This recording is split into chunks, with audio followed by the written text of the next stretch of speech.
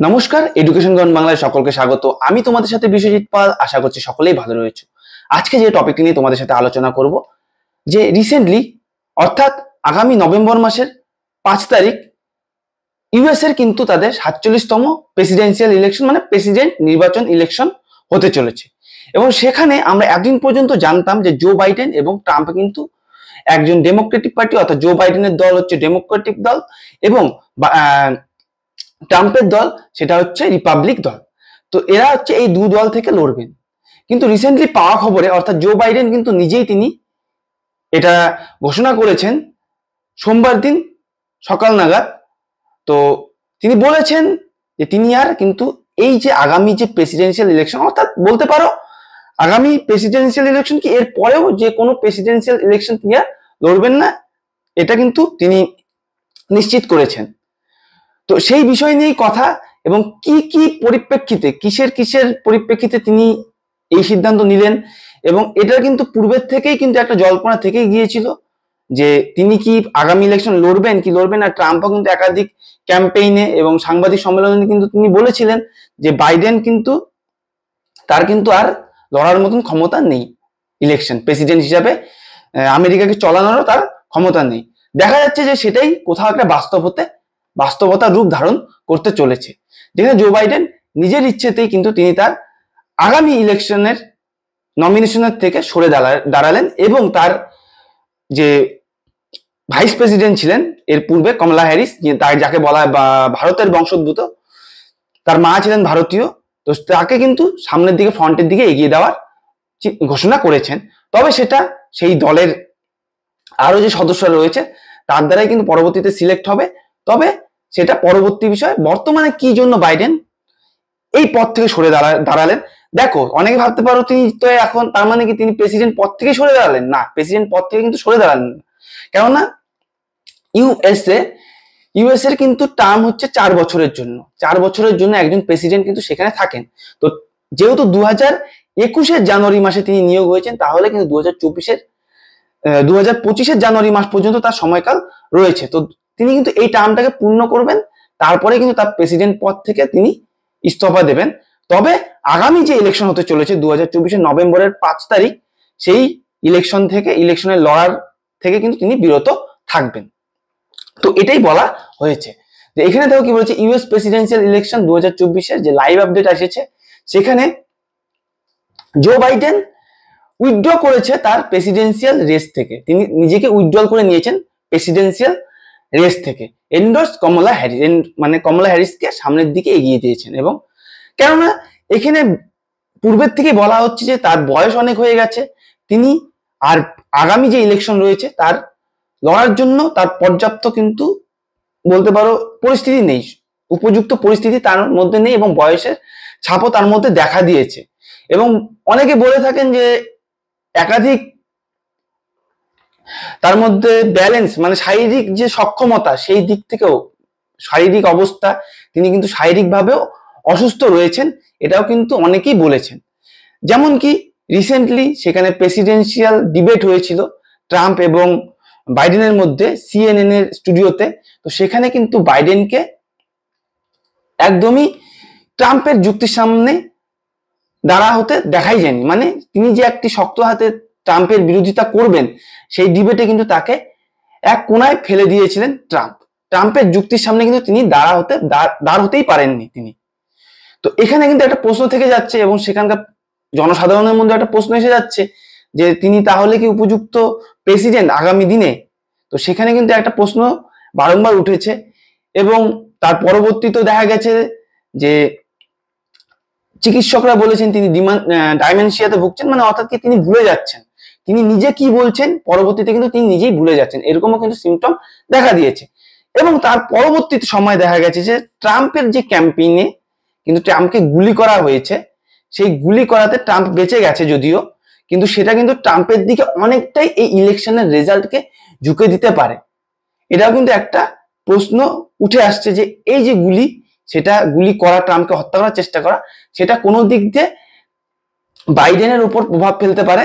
এবং সেই দিক বিচার করে কিন্তু যদিও প্রথমের দিকে বাইডেন হয়তো বা এই ইলেকশনকে লড়তো, কিন্তু বর্তমানে কিন্তু বিচার এবং তার অনেক বিচার বিবেচনা করে তাদের পরিবারের এরকম সদস্যদের সাথেও বিচার বিবেচনা করে এবং তার যে শুভাকাঙ্ক্ষী রয়েছেন তাদের সাথে কিন্তু বিচার বিবেচনা করে তিনি এই উপযুক্ত সিদ্ধান্তে এসেছেন যে তিনি আর আগামী ইলেকশন লড়বেন না।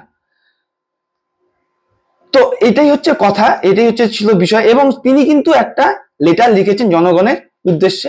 তো সেখানে দেখো কি বলেছেন জোসেফ আর বাইডেন জুনিয়র। তো এখানে কি বলছেন, মাই ফেলো আমেরিকানস, মানে আমার আমেরিকার জনগণদের উদ্দেশ্যে তিনি বলেছেন, আমার প্রিয় আমেরিকান ভাইরা, ওভার দি পাস্ট 3.5 ইয়ার্স, 3.5 বছরের সময়কালে we have made great progress as a nation, আমরা নেশনের প্রোগ্রেস করেছি।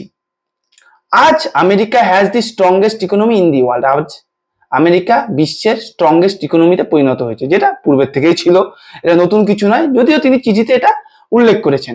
We have made historic investment in rebuilding our nation, নেশনকে রিবিল্ডিং করতে আমরা ঐতিহাসিক ইনভেস্টমেন্ট করেছি, এটাও তিনি বলেছেন। In lowering prescription drug cost for senior and the expanding affordable health care to record number of American, মানে আমেরিকান জনগণদের জন্য এবং সিনিয়রদের জন্য তিনি ড্রাগের যে খরচ, ওষুধ ড্রাগ অর্থাৎ সেখানে যে মেডিসিনের খরচ কিন্তু কমিয়েছেন, এটাও তিনি বলেছেন। We have provided critically needed care to million veterans expose of toxic substances, past the first gun safety law in 30 years, 30 বছরের যে গানের কালচার আমেরিকাতে, তার বিরুদ্ধে তার এগেনস্টে একটা ল নিয়ে এসেছেন, লকে পাস করেছেন, সেটা তিনি বলেছেন। এখন প্রশ্ন থেকে যাচ্ছে যে তিনি কি ল পাস করিয়েছিলেন, কেন তিনি যদি সত্যি ল পাস করিয়ে থাকেন তাহলে কেন ট্রাম্পের উপর হামলা হলো, এখানে তো একটা বিশাল প্রশ্ন চিহ্ন থেকে যাচ্ছে। তার এই চিঠির মধ্যেই তার ব্যর্থতা উঠে আসছে কোথাও একটা। তো এই হচ্ছে ব্যাপার যে 30 বছরের, তিনি বলছেন যে 30 বছরের গান কালচারের এগেনস্টে তিনি ফার্স্ট ল নিয়ে এসেছেন, গান সেফটি ল নিয়ে এসেছেন, সেখানে দেখা যাচ্ছে প্রাক্তন প্রেসিডেন্টের উপরেই হামলা হচ্ছে। তো বড় ফেলার বলতে পারো এখানে। Appointed the first African American woman to the supreme court, supreme কোর্টে ফার্স্ট আফ্রিকান আমেরিকান ওম্যানকে নিয়োগ করা হয়েছে, ঠিক আছে। এবং past the most significant climate legislation in the history of the world, মানে বিশ্বের ক্লাইমেট নিয়েও মানে গুরুত্বপূর্ণ পদক্ষেপ তার দল নিয়েছেন, তার সরকার নিয়েছে।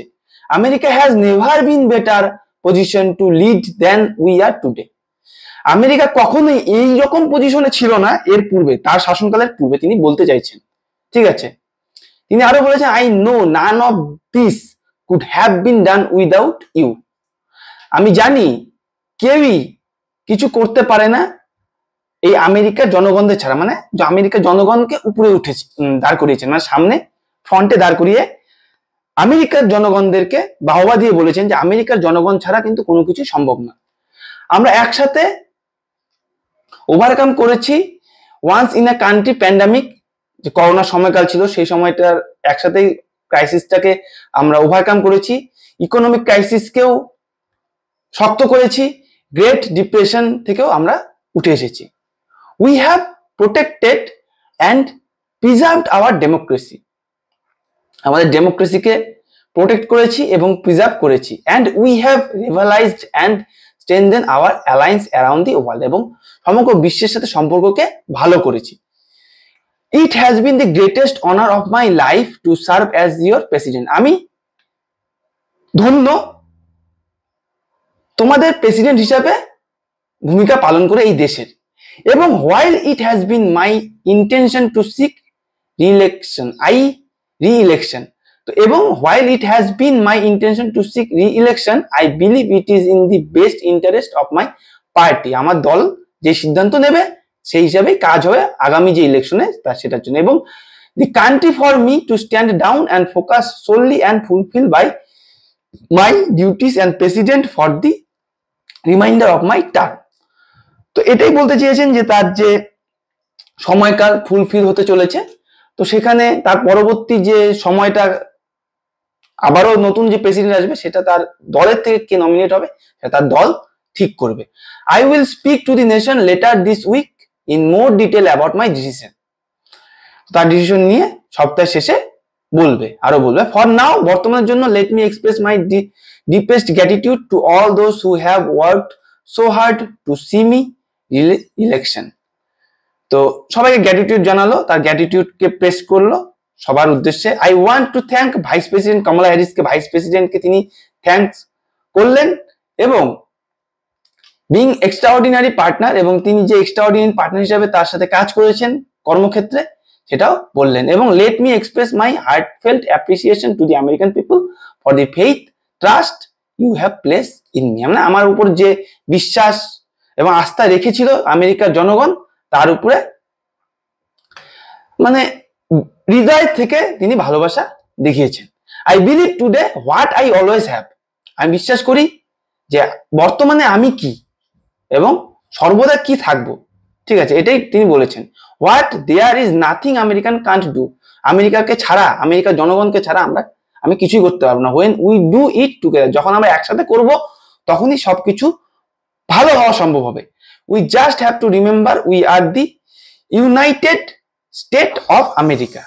তো আমরা একসাথে কাজ করে, এবং এটা মনে রাখতে হবে যে আমরা একসাথে কাজ, মানে ইউনাইটেড স্টেট অফ আমেরিকা মানে সমস্ত রাজ্যের সংমিশ্রণে তৈরি একটি দেশ, বিভিন্ন রাষ্ট্রের সংমিশ্রণে তৈরি একটি দেশ। তো এটাই বলেছে, এবং জনগণকে থ্যাঙ্কস বলেছেন তার এই 3.5 বছরের সময়কাল, যদিও আরো 6 মাসের সময়কাল তার রয়েছে। তো এই চিঠিটা তিনি কিন্তু তার আগামী ইলেকশনে যে তিনি পার্টিসিপেট করছেন না, নমিনেশন জমা দিচ্ছেন না, এটা তিনি শিওর করেছেন, এবং কমলা হ্যারিসকে থ্যাঙ্কস করেছেন, এবং কমলা হ্যারিসকে কিন্তু সামনের দিকে এগিয়ে দিয়েছেন পরবর্তী ইলেকশন, মানে তার চয়েস হিসেবে। তবে পরবর্তীতে কিন্তু সেটা তার দলই ঠিক করবেন।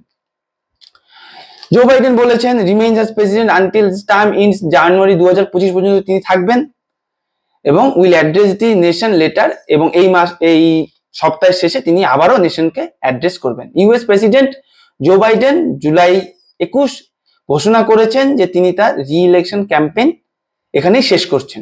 মানে পূর্বে তিনি ভেবেছিলেন যে আগামী ইলেকশনটা তিনি লড়বেন, কিন্তু এই রি-ইলেকশনের যে ক্যাম্পেইন তিনি শুরু করেছিলেন তিনি কিন্তু শেষ করলেন তার সামনে কমলা হ্যারিসকে সামনে দাঁড় করিয়ে। অ্যামিড গ্রোয়িং কলস within his Democratic party for his stepping down. তার যে দল ডেমোক্রেটিক পার্টি, তার যে দলের যে ডেলিগেটসরা রয়েছেন ডেমোক্রেটিক পার্টি, তাদের সিদ্ধান্তেই কিন্তু এটা তিনি রায় নিলেন। যদিও প্রথমে কিন্তু তিনি এই রায়টিকে মানতে চাইনি, এবং প্রথমে কিন্তু তিনি চাইছিলেন যে লড়তে, কিন্তু পরবর্তীতে তিনি হয়তো বুঝতে পেরেছেন, যখন কিনা ট্রাম্পের ওপর গুলি চললো এবং দেখতে পারলো যে ট্রাম্পের ওপর সমগ্র দেশবাসী কিন্তু প্রায় ঝুঁকে গিয়েছেন এবং নিশ্চিত ট্রাম্প জিতে যাবেন। তারপরে কিন্তু এবং পরবর্তীতে যেহেতু তাদের একটা প্রসেস রয়েছে, ইন্টারনাল প্রসেস রয়েছে তাদের দলের ভেতরে, একটা সীমিত, এটা পরবর্তীতে বলছি, সীমিত সংখ্যক একটা দলের ডেলিগেটসদেরই ভোট প্রয়োজন রয়েছে তাদের নমিনেশন জমা দেওয়ার জন্য। তো সেখানে যদি তিনি সেই সংখ্যাটা পূরণ করতে না পারেন, সেখানে কিন্তু একটা প্রশ্ন উঠে দাঁড়াবে। তো সেই প্রশ্ন থেকে কিন্তু দূরে সরে যাওয়ার উদ্দেশ্য কিন্তু সেটা হতে পারে যে তিনি পূর্বেই তার ইলেকশন থেকে, নমিনেশনের বা ইলেকশন ক্যাম্পেইন থেকে, রি-ইলেকশন ক্যাম্পেইন থেকে তিনি সরে দাঁড়ালেন। মিস্টার বাইডেন এক্স হ্যান্ডেলে বলেছেন যে remains as president until his term ends in January 2025 term পর্যন্ত তিনি থাকবেন, এবং এই সপ্তাহের শেষে তিনি নেশনের উদ্দেশ্যে ভাষণ দেবেন। 30 মিনিটের মধ্যে অফ হিজ অ্যানাউন্সমেন্ট, তার অ্যানাউন্সমেন্টের 30 মিনিটের মধ্যেই তিনি কিন্তু endorse his vice president Kamala হ্যারিসকে সামনের দিকে এগিয়ে দিয়েছেন ফর দি ডেমোক্রেটিক নমিনেশনের জন্য, leaving no room for any doubt about the way forward for the Democrats. নিঃসন্দেহে কমলা হ্যারিসকেই হয়তো পরবর্তী ইলেকশনের জন্য তার দলেও রেকমেন্ড করবে।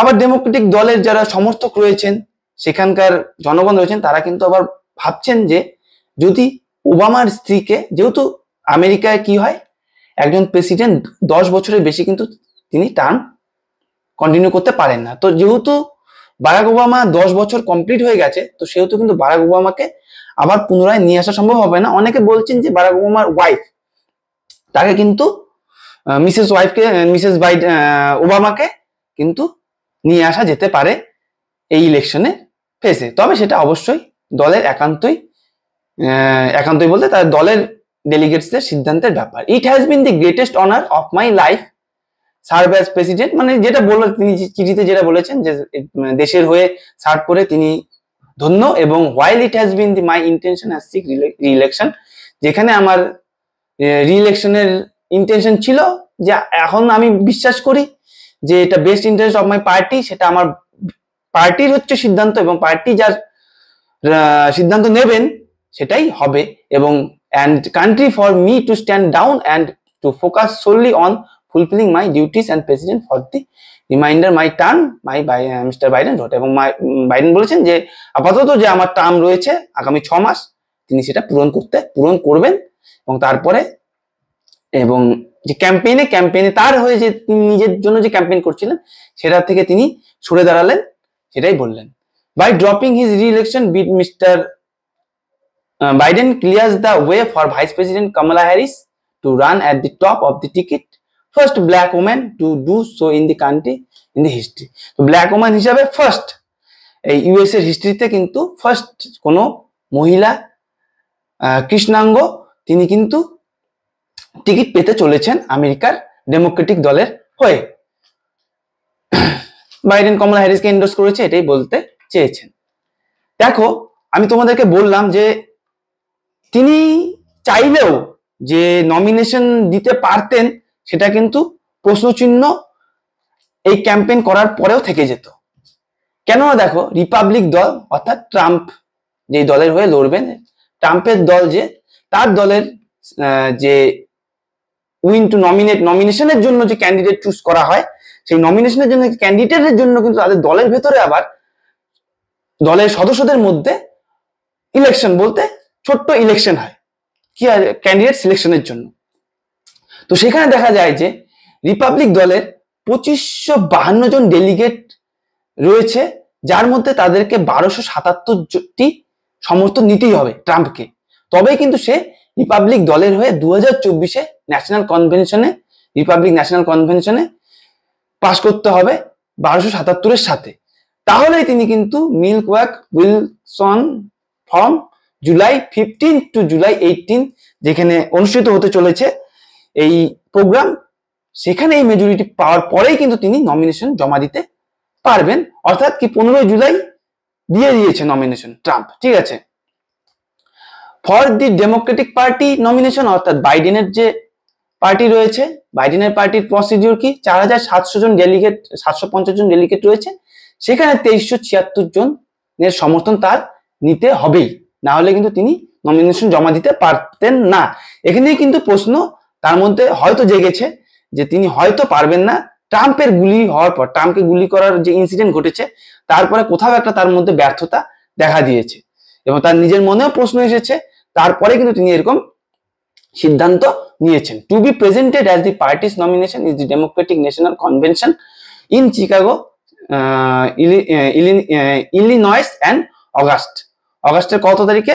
এটা হচ্ছে অগাস্টের 22 তারিখে হতে চলেছে। তো এই নমিনেশনটা খুব শীঘ্রই পেশ হতে চলেছে এবং নমিনেশন বলতে নমিনেশনের জন্য যে প্রার্থী সিলেকশন ডেমোক্রেটিক পার্টির থেকে হতে চলেছে আগামী সময়ে।